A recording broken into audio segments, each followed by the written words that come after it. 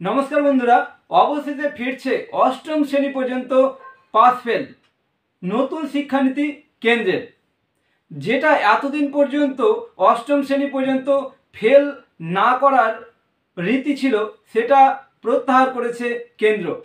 तबे आपातत पंचम एवं अष्टम श्रेणी এই দুটো শ্রেণীতে ফিরছে পাস ফেল।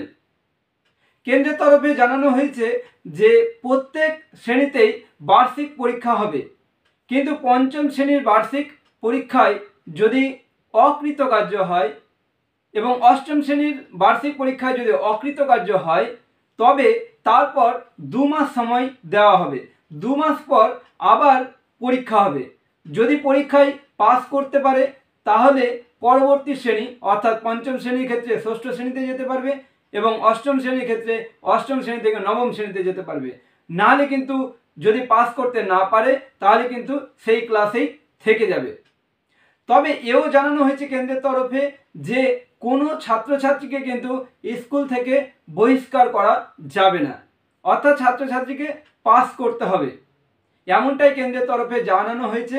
আপাতত पंचम এবং अष्टम শ্রেণীর ক্ষেত্রেই ফিরছে এই পাস ফেল। আপনারা প্রত্যেকে অবগত আছেন যে শিক্ষা ব্যবস্থা সংবিধানের যুগ্ম তালিকার অন্তর্ভুক্ত, তাই কেন্দ্রীয় সরকার যে সিদ্ধান্ত নিয়েছে সেক্ষেত্রে রাজ্য সরকার সেই সিদ্ধান্ত নেবে বা নেবে না সেটা রাজ্য সরকারের ব্যাপার। তাই সেক্ষেত্রে আমাদের রাজ্য কী সিদ্ধান্ত নেয় সেটাই দেখার। ধন্যবাদ।